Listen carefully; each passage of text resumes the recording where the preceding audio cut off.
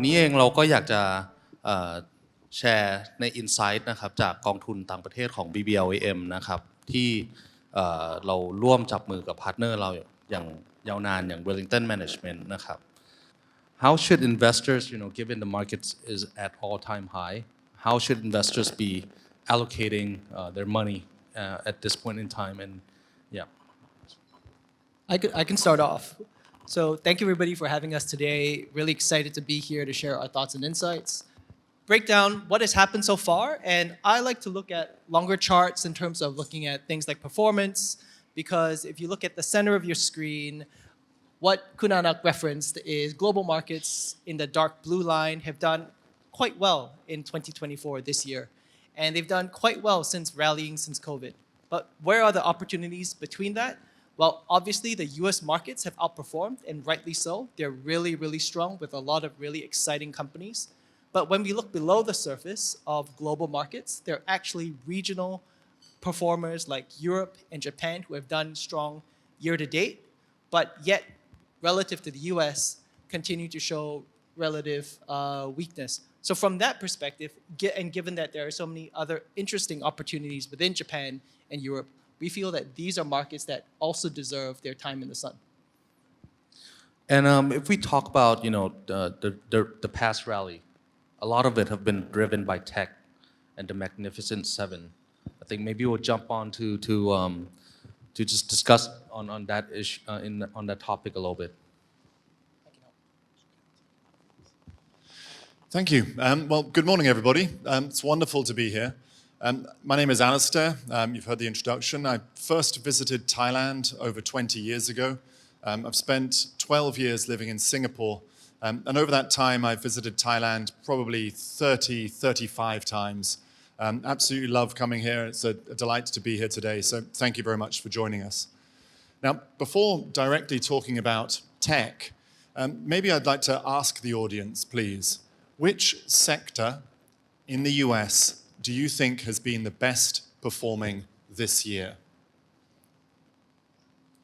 I heard tech. Who thinks it's tech? That's quite a lot of them. That's a lot of people. Who thinks it's utilities? Okay, got a couple of guys at the back. It is in fact utilities. At least as of a couple of weeks ago, utilities was the best performing sector in the US this year. So that's a big surprise, I think, to many of us in the audience. Tech has been very strong, of course, but utilities is up around 27%.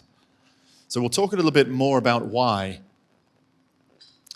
So what we're illustrating on this slide is earnings in the US since Q3 2021 through to estimated earnings into Q1 2025. The dark blue line, or the dark blue bars, that's the S&P 500 as a whole, and the light blue bars, that's the S&P Tech and Communications Services sector. Now what you can see is tech, those light blue lines. Tech was the first to enter an earnings recession back in 2022. And so that helps explain why tech had such a terrible year in 2022. But then you'll also notice those light blue bars shot up into very, very strong positive territory in 2023 and early this year. Of course, that helps to explain why tech has been so strong. And of course, many of those tech names that led were the Magnificent Seven. So what this tells you is a couple of things. First of all, that tech performance last year was not a bubble. It was driven by fundamentals. It was driven by earnings. But the other key and very important takeaway is that you can see tech earnings are now slowing. They're still positive, still good, but you're seeing the broader market catch up. Now, utilities is one of those sectors where you're seeing a catch up, and partly there's an overlap because tech companies are investing in data centers. That needs power generation. That's good news for utilities. But really, this is highlighting the broadening opportunity set in earnings and in the investment space in the US. So I'll highlight just one other sector, and that is financials. So this is an area where we find an increasing number of opportunities. We're highlighting here just specifically alternative asset managers. So KKR, which is predominantly private equity and real assets, and Ares, which is a private credit firm, are two companies that we found very attractive. Now, you're seeing more broadly across the alternatives industry an opportunity for these businesses because they're broadening their investor base. These companies used to just raise assets from institutions, from ultra high net worth investors, but they've started to broaden that. They've started to democratize access to their funds. We're highlighting here on stage, on the slides, you can see some of the headlines. They're expanding into Asia, into Japan in particular. They're broadening, of course, into retail markets. But of course, I'm not here to pitch our competitors. We find these very attractive businesses, but one of the reasons they're such attractive businesses is because they charge very high fees, especially to retail investors. So it's great business for them, but well, let's just say it's great business for them, and that's reflected in their share price, and that's one of the reasons why we find these companies so attractive. So key message is, yes, tech has been a great story. It's been driven by earnings, but earnings is now spreading. They're broadening across the US and also internationally, and we're finding a lot more opportunities as a result. Great. So looks like real opportunities across different sectors in the U.S. At this point in time, where the market is really heightened and elevated, where we're really flying around the all-time high for many markets, we cannot not address the sort of risk that investors are concerned about, and when looking to invest at this point. Maybe we'll just dive a little bit into the sort of risks that investors should concern. Yeah, I can jump on that first. So obviously, most people are probably well aware that the Fed did cut rates 50 basis points last week, and that is addressing one of those. There are two fundamental concerns. The first is inflation, which you see on the page in front of you, and the second is employment in America. Now, employment numbers have been weakening, but yet still below their long-term trend, and especially post-COVID trend. So from that perspective, we feel like they're acting early to safeguard US jobs and the economy. But also, you can also see from this chart above that inflation is coming down. However, my key message from this is, despite inflation being higher in the past, so call it from the 1980s, and that's been averaging about 3.5% to the post GFC era, which is much lower than that, about 2%, inflation still remains high today. Now, what does this mean for us? And I got to explain the line on the chart. This is sticky CPI. So it's less volatile than what you have for energy prices or consumer discretionaries. This is more on services. So think about your rental expense or your medical expenses. So these don't go away very fast. But what this means to me is that inflation is almost here to stay. And I've been talking to some of your colleagues and other people. I think we all feel that inflation has come and it's here to stay. So from this perspective, does that mean that we'll get more volatility in the future? No, I think we should just all adjust to higher prices and feel that the Fed and global central banks will act accordingly. And that gives us sort of that premise going forward. One thing that we also do see is a regime change in how central banks act. These days, the central bank is more in line with reducing their balance sheet and reducing money supply. So from that perspective, inflation targeting remains on their minds. And that obviously has led to a rise in bond yields. So from that perspective also, inflation is something that we are here to guard against, and that is why from a global equity market perspective, real return on assets is something that equities, we feel, gives the best gauge of and hedge against inflation over the longer term. So how do we put this all together? Well, we think that there is an emphasis on quality companies and companies that are outgrowing inflation. So from that perspective, I said sticky inflation is here to stay. That's why growth is important, but also because of policy uncertainty, quality is important, and the quality of balance sheets is important. So it looks like the monetary backdrop is supportive for equities as well at this point in time. Moving on to another topic is on the geopolitical tension and you know the wars and technology tariffs that's going on. How's the U.S. Industrial policy impacting the economy at this point in time? Sure. So this is something clearly that we feel quite acutely here in Asia. China-U.S. tensions. I don't think anybody welcomes that, being based here in Asia. But I think one of the key takeaways from what Brian was just outlining is that we have entered a new regime. It's a new economic regime of structurally higher inflation, structurally higher interest rates, and part of that is driven by the geopolitical backdrop. China is no longer viewed as a partner, it's viewed as a threat by the US, and we're seeing deglobalization take place. And so arguably it started when Xi Jinping came to power with a more assertive foreign policy in China, but really probably the catalyst most of us think about is when Trump came to power and started putting in quite significant tariffs on Chinese exports. Now, the Biden administration kept the tariffs and they've added subsidies to encourage reshoring or onshoring of manufacturing. They're also encouraging their allies, whether in Asia or in Europe, to similarly reshore and invest in US manufacturing. Now, they've been really quite successful thus far. So the chart up on the screen is showing annual spending on manufacturing investment in the United States. And so what you see is shortly after Biden came to power, he put in the Investment Infrastructure and Jobs Act. And then fairly shortly after that, we had the CHIPS Act and the IRA, a whole host of subsidies to encourage manufacturing, and it's been successful. Total spending is up nearly 3 times on an annual basis. Now, some of this is in tech. Some of this is driven by some of the headlines that you can see up there. So, you know, Asian allies investing in the US, building semiconductor plants, building EV plants, battery plants, and so on. But also some of this is more traditional investment as well. You know, we mentioned earlier how utilities have been performing very well. There's been a recent headline just over the weekend, just last Friday, which was really quite telling on this point. So Microsoft is partnering with a US energy company called Constellation.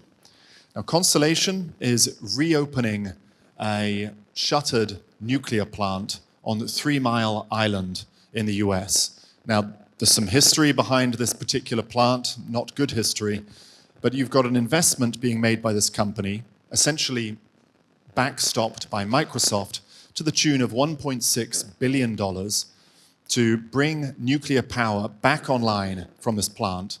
It has enough power for 700,000 homes, but Microsoft is taking all of that power.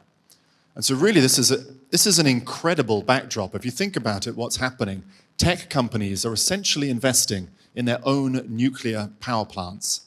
That's how confident they are on a multi-year basis for the investments that they're making in data centers, in AI. And so this is a key point about this AI revolution. We'll be speaking about it a bit later. It's not simply speculative investors, it's real-world investments that we're seeing. And so, you know, I think one of the comments earlier was that, you know, we still see good news in tech. We still see strength in tech earnings. And another area in which US policy has essentially been working is building continued US leadership in leading-edge computing. Now, there are many different measures by which you can assess this, so we're just highlighting one up on the chart. So this is looking at the top 500 supercomputers in the world, and essentially the aggregate, the total computing power across these. Now, back in 2018, you can see the US had 38% of the computing power. China had 31%. China was catching up fast. 2023, very different backdrop. The US has been very successful in slowing China's advance, while its own advance has continued. Now, the other important takeaway here is that you can see Japan has increased its proportion. It's gone from 8% to 10%. And so one thing that we think is sometimes missed by investors here in Asia is actually these sanctions and tariffs on China. It's actually very good news for Thailand. It's very good news for Japan. It's very good news for Malaysia, for India, for Indonesia, for Vietnam. You're seeing a relocation of supply chains out of China and increased investment in Southeast Asia, in India, and elsewhere. This investment isn't just taking place in the US, it's taking place amongst various US allies. So this is actually an underappreciated fact, the good news that this presents and the opportunity this presents to other Asian countries. Now, while we're talking a little bit about the U.S. here, just wanted to get a sense of, we're about a month and a weeks away from the U.S. election. What do you think about who's going to win, and how would that impact, policy, at least on what you have alluded to? So we've sort of saw this movie before back in 2020, Trump versus Biden. It was very entertaining. maybe it wasn't our favorite movie, but we're getting a rerun this year. It's been a little bit more of a bumpy ride than expected. Of course, Biden is no longer in the race, so it's Trump versus Harris. What do we think about the outcome? Well, personally, my money would still be on Trump. But that's that's a controversial view, or the polls are suggesting Harris at the moment. But probably, I think one of the key takeaways, and this applies to tech, and this applies to a broad range of areas, and we'll be speaking in more detail on healthcare later, but this hasn't really so far been an election about policy. There's a lot of policy debates that could be held, whether it's inflation, whether it's healthcare, whether it's welfare. Instead, I may ask, how many people saw the last debate, the Trump-Harris debate? Did anybody watch that? Was it just me? Okay, a handful of people. Instead of talking about policy, they're talking about whether immigrants are eating dogs. Right? It's crazy, a crazy backdrop. And so really, I think that if we look at the policy that we have on paper between the two candidates, essentially, Trump is likely to be more pro-business. He's also going to be anti-immigration, maybe more tariffs. This probably translates into a slightly higher inflation environment, probably a stronger dollar environment. In the case of Harris, something that the media hasn't been reporting are the huge tax increases that are a part of her policy. So they're being very quiet about this, but that's likely to be quite negative from a business perspective. One area where the candidates agree is China. We're not going to see a change in China policy. Maybe it's just a question of how harsh that policy is towards China. Now, I was just in Boston in our head office last week. I was speaking with various portfolio managers, including the portfolio managers on a couple of our strategies we're talking about today, and I was trying to get some good insights from them on US elections. And probably the best takeaway I got is a risk that the market is missing is that everyone expects the results to be decided in November. But his view is that this is going to go to the courts, and we're not actually going to get the results until January. And so as a result of this, you're going to see a period of 2-3 months of a lot of instability, volatility. Now, that's not the base case scenario. We still see that as a tail risk, but we think it's a risk that the market is completely ignoring at this point. So there are some policy differences between the candidates, but probably the bigger risk is actually instability and uncertainty relating to the election itself. And I would just like to add, investing during Trump's, presidency is not for the faint of heart, because it's really volatile, and with volatility, there's always an opportunity, of course. Actually, I should just add as well that you make a great point. Trump's record is not reported very favorably by the media, but actually, it was an amazing time for the U.S. economy. It was an amazing time for U.S. markets. There was some volatility. Certainly, COVID contributed to that. But many people forget, actually, the inflation and higher interest rates, those came under Biden, not Trump. And so, that's something that perhaps the media doesn't report so much. What about the equity fundamentals at this point? How are you what are we see the tailwind supporting that in that backdrop? So from our perspective, we talk a lot about headline risk and geopolitics, but for us, the number one thing that sort of insulates our belief in that global equity markets are going to be fine is that we're starting from a place of strength. That equity fundamentals is what's matter for companies, and that's what matters for share price. So here's our proof. On the chart up in front of you, you're going to see two markets, both the US on the left and China on the right. On the US, you'll see that actually GDP growth in the light blue line has not kept up to pace with China over the past 14 years. Except for the fact that US markets and US companies have printed exceptionally strong profitability. On the flip side, Chinese markets and Chinese companies, as we've experienced over the past 5 years, have more dilutive effects on their earnings per share. So if every stock that you own, you get less and less money each year, why should the share price go up? By fundamental reasons. So, and probably this explains why the US markets have been so strong. If I may just jump in and add one comment. On that right-hand chart showing the point at which the lines diverge when earnings per share stop keeping up with GDP, that was when Xi Jinping came to power. And so this tells you quite a lot about Xi Jinping and the Communist Party and common prosperity. Common prosperity, yeah. Right, and it's media attention tends to be focused more on US elections and US policy, but actually this chart tells you everything you need to know about why Chinese equities have underperformed, and it wasn't US policy that did that. And if we translate this across, we find that it holds quite well for other markets too. So if you look at what I want you to focus on is the yellow bars, and that's the stock market return. You'll find that the markets with the highest yellow bars are the markets with the highest orange bars. So the earnings per share growth, the profitability growth of these markets correlate very strongly to their share market performance. So we can talk about GDP growth and how potentially growth is going to be slower in the future or inflation is eating away at real growth. But then again, for us, when we are stock pickers and are looking at companies and stock markets, company fundamentals matter the most for company returns. And this is how global fundamentals look right now. So on the chart in front of you are earnings per share and free cash flow per share for the global index.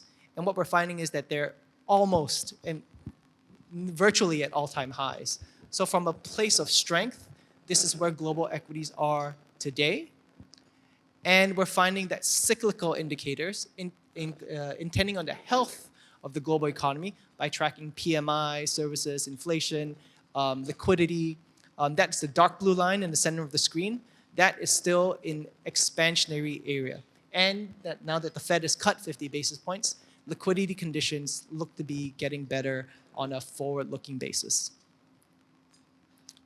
So what does that mean for valuations? That means that we're starting off from a good place. Valuations, as we know, are not depressed, and we are sort of mid-cycle when we think about this is cyclically adjusted PEs. So this is taking the average of the past 10 years of earnings per share.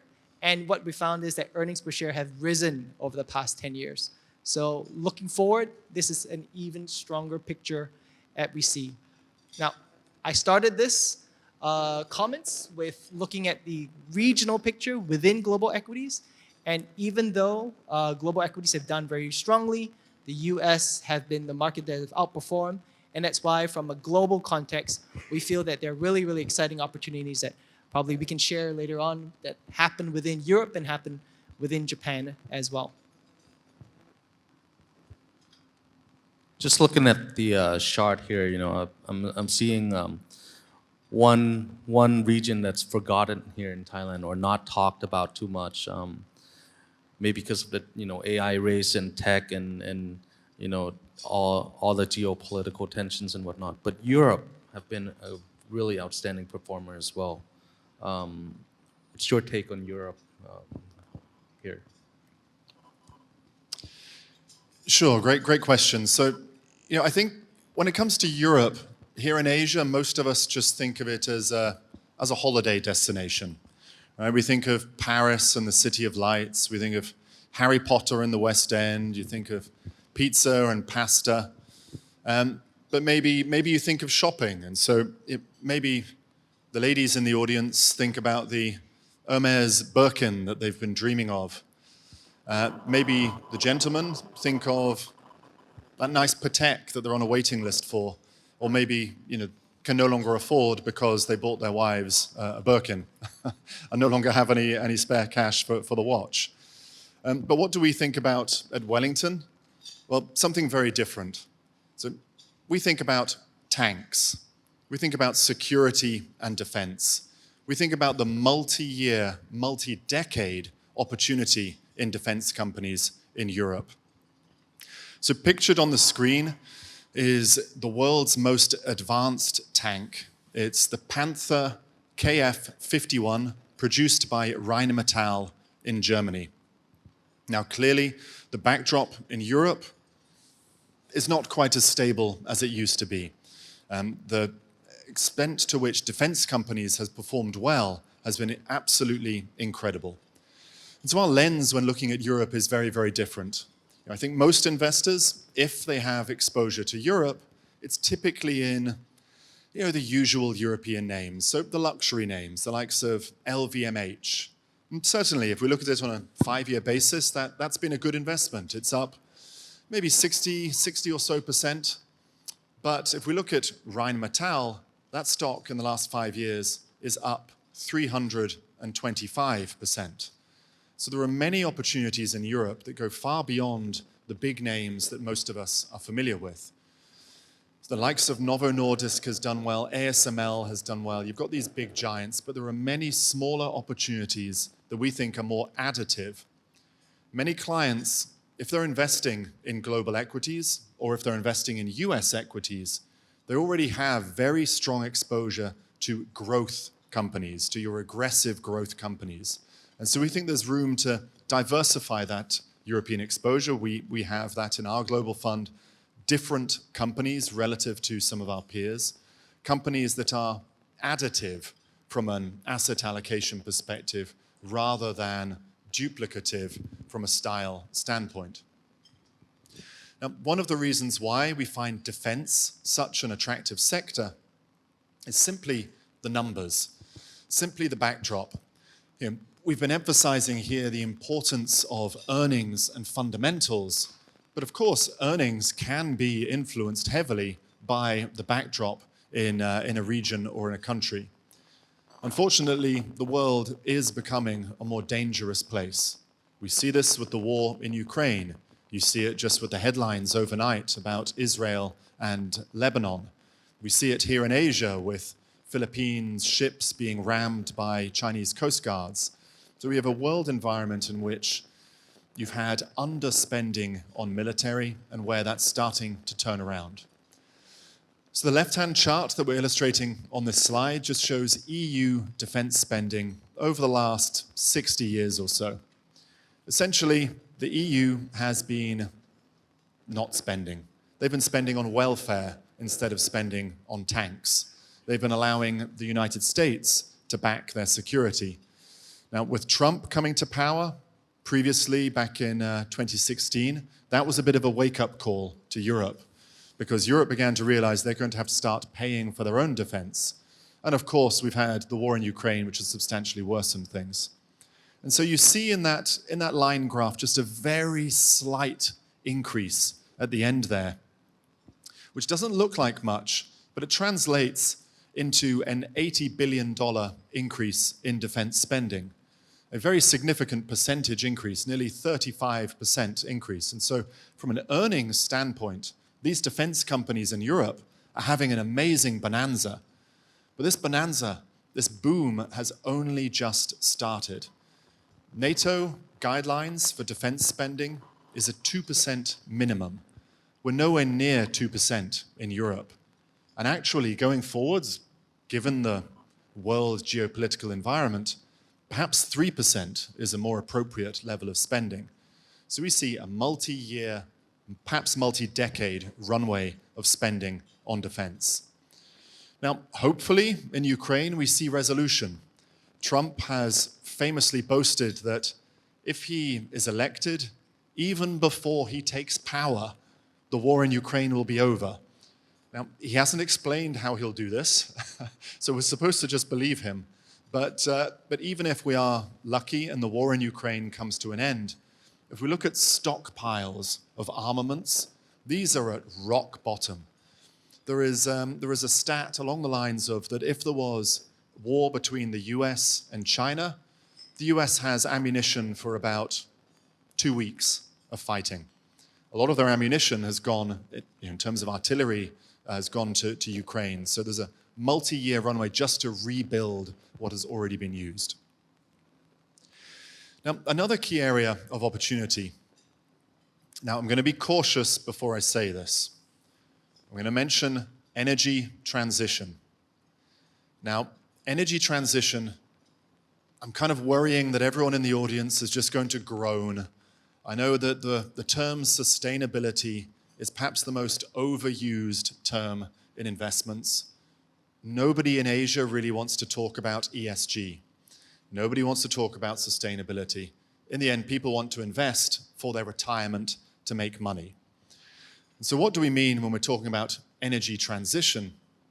We think there are huge overlooked opportunities in your more traditional areas of materials and energy.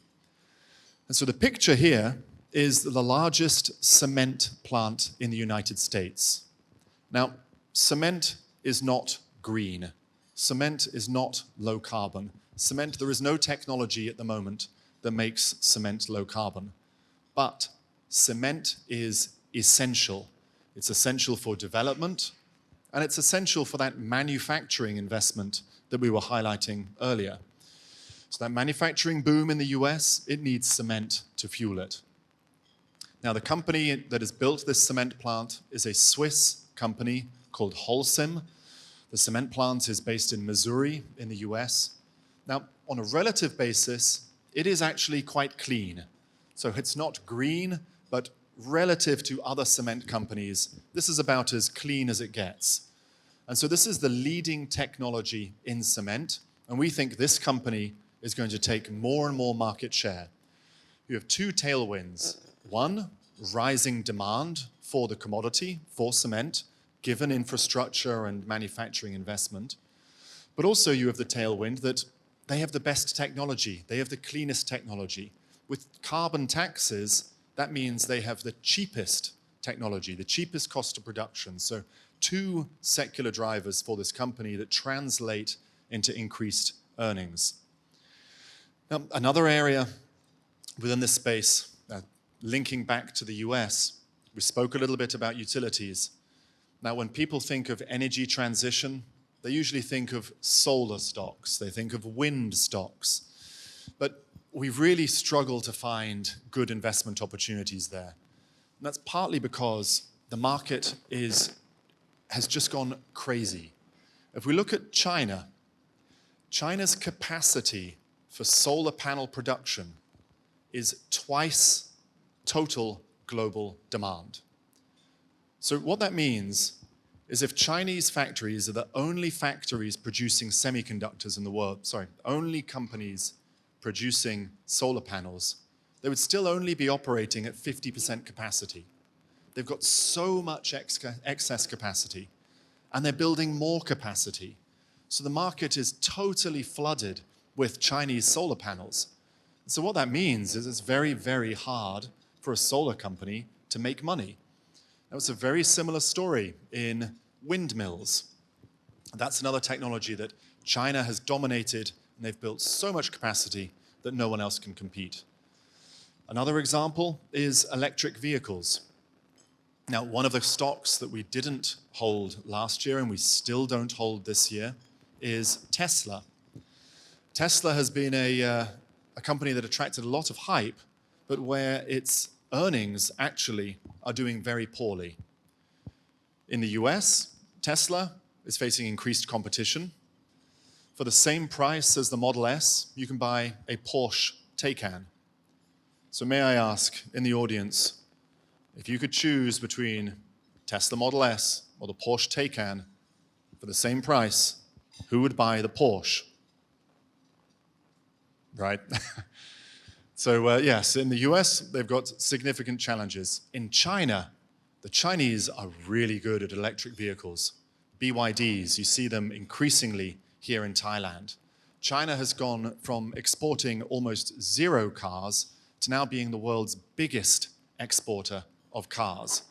So electric vehicles, this is another area where we find it very difficult to find good investment opportunities because you have excess Chinese capacity. So coming back to energy transition, where do we find an opportunity in the US? So no longer Europe, but in the US, gas pipelines. So a company called Targa is responsible for gas distribution across the US. Natural gas is an essential component of the energy transition. Stable, baseload energy, the type of thing that these data centers need. And the company benefits from being less linked to the commodity price, and it's instead earning fees on distributing the commodities. So we find that a very attractive business model. And so really the common linkage between defense and the types of companies we see in energy transition, so natural gas and cement, is actually from an ESG standpoint, nobody used to like these companies. A few years ago, nobody was investing in these stocks, and even now, they are under-owned and undervalued. We think there's an amazing opportunity in companies like these, overlooked by other investors, high quality, high growth, great companies. I think that to sum it up, Europe, from listening to you, is that Europe is pretty defensive. Apart from the defense sector, that is interesting. I don't know about you guys, but here we have a couple minutes to really share your thoughts on for 2025, where if you were to put your money, invest, where would you allocate your money to, and do you think that tech would continue to be the favorite of Wall Street? So I'll kick it off. I definitely believe in 2025 having a core allocation to global equities makes a ton of sense, just because it offers that diversity of options. We've talked, Alistair and I have talked about a lot about the fundamental strength as well as the overlooked opportunities on a global scale. So that's my core allocation. Around that tactically, yes, I do think tech is very well set up from here. And there is going to be volatility in tech because it's a cyclical sector. It's exposed to growth. Now, does that mean that I should be scared of volatility? No, I think that I can harness that volatility and get in an attractive price and hopefully ride a very secular structural tailwind where, from my perspective at least, I do see 10 years from now, there's going to be more demand for digital goods and services, not less. So from that perspective, that gives a lot of fundamental tailwinds for how much semiconductors we need in our world. And then something that's less talked about, I think those are quite two consensus ideas. For me, personally, I think the setup right here is very attractive for some level of commodities exposure. Now, not commodities as precious metals. I think we all are very familiar with the fact that gold is setting new highs and all-time highs. But from an industrial metals perspective, Alistair talked about the energy transition. So as an example of what an industrial metal that I'm excited by is probably copper. Copper is needed in the energy transition. So not even talking about full battery electric vehicles, but the transition to full EVs is hybrids. I think the market right now has been talking a lot about hybrid platforms, is giving those individuals who are scared of transitioning and giving up their gas-powered cars to go full EVs. They're going to make the interim shift towards hybrids. And I think hybrids, at least in Singapore, nearly all of our taxis are hybrid taxis. So that's been a proven technology for years. And if people want to sort of do the conscious thing of, help their part by saving the environment just a little bit, and as well as, also the regulatory guidelines are going to be really onerous going forward. A lot of economies are moving towards net zero by 2050. 2030 looks like an ambitious goal at this point of time, but if you're talking about ratcheting up the regulations on emissions, hybrids are the way to go. And even with that, so copper demand for hybrids is about 60% higher than what you get in regular ICE vehicles. So from that setup, that's a really, really good entry point, especially with China macro data sort of weighing on industrial commodity markets. And that's why I think it's a really interesting beaten up sector at this moment. That's great. Okay, so adding to that, I think one point that Brian touched on earlier is this changed macro regime. All right, so we haven't spoken in much depth about it, but to reiterate the points earlier, we have a backdrop of deglobalization, aging populations, essentially a higher inflation structural backdrop, and that translates into higher volatility in markets and higher dispersion across regions. And that's something that we've seen in recent years. You have the US, for example, is cutting rates. Japan is increasing rates. You have China completely in its own economic environment. India, which is booming. So you're seeing a deglobalization and a sort of divergence in economic cycles. On top of that, you have that sort of global cycle, which we think is becoming more compressed and more volatile. Now, the takeaway is, as investors, this has been proven time and time again, and I personally have made this mistake time and time again. I am terrible at timing markets. I always get it wrong. I bought a property, my first property in Singapore a year or two ago, and I had to sell all my investments in 2022. And so I nearly went bankrupt because stock prices were down and I was trying to pay my deposit. The point is, as investors, we are statistically proven to be terrible at market timing. And so, in our view, the key is being invested in a strategy that is able to adapt to the macro environment. And that's one of the core tenets of our global equity solution. It has a macro overlay, a top-down overlay that essentially measures a variety of macroeconomic indicators, consumer confidence, unemployment, industrial strength, and it makes a determination.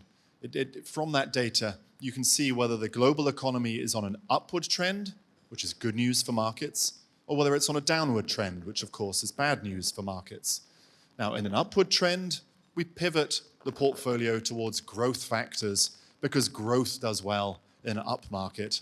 In a downward trend, we pivot the portfolio towards quality factors because those do well in down markets. And so this isn't a portfolio manager's gut feeling because, as an example with myself and with many of us in the room, one individual's ability to read the market is very, very difficult. It is a macro indicator that is consistent over time and as a means of pivoting the portfolio to respond to the environment. And so, this also just gives investors peace of mind. You're not trading in and out of your portfolio. You can trust the process to do that for you, essentially, and to pivot to what works. One area that we haven't spoken about is India. Now, from a global perspective, India remains small, and so we don't have a big allocation to India. But clearly, as we'd have seen from some of the charts Brian was showing earlier, India has done an amazing job of not only having high GDP growth, but also high earnings growth. And Indian equities, as a result, have been very, very strong. Indian equities are expensive, but they've always been expensive. And they have, over the long term, performed extremely well. If we look on a 30-year time horizon, I'm going to get these numbers a little bit off, but on a 30-year time horizon, US markets, I think, are up maybe 15x, something like that. Indian markets are up maybe 13x, so it's almost kept pace with the US. Chinese markets are down. And so here in Asia, many of us have invested in China on the basis of GDP. And now we're all holding that China exposure and we keep hoping that it will go up. We don't want to crystallize our losses. But if we had just sold at a loss 2 years ago, we'd have made 30, 40% of that loss back in the US or in India. And so even if the US or a global portfolio isn't appealing, India has been a real winner. And it's also benefiting from that geopolitical backdrop as well. India is a friend to everyone, and they've done very well from an economic perspective as a result of that. So one of the smaller allocations that we find quite attractive. I think one of the things that came to me when you were concluding was we live in a new regime, and I guess that's one of the topics that we were talking about. And we don't have the luxury in the past of more certainty. There is more uncertainty in the world, so I think one of the things that helps me come to terms with that is pragmatic investing. And you talk about India being a friend to the world, and India is being pragmatic for its own self. So I think from a portfolio context, investors should do also well to sort of think about the pragmatic lens of investing. And when that aligns with profitability and quality and growth, I think that's very, very helpful. All right. So I think to sum it up, I think it's diversification and really, having a healthy portfolio of staying invested and having, a really sound sense of where the risk is and rotation into market strengths. With that, I'd like to thank you, you gents, for sharing the stage today, and for the rest of the sessions, there will be more on technology, AI, and insights into what's interesting for next year as well. Thank you very much. Thank you. Thank you.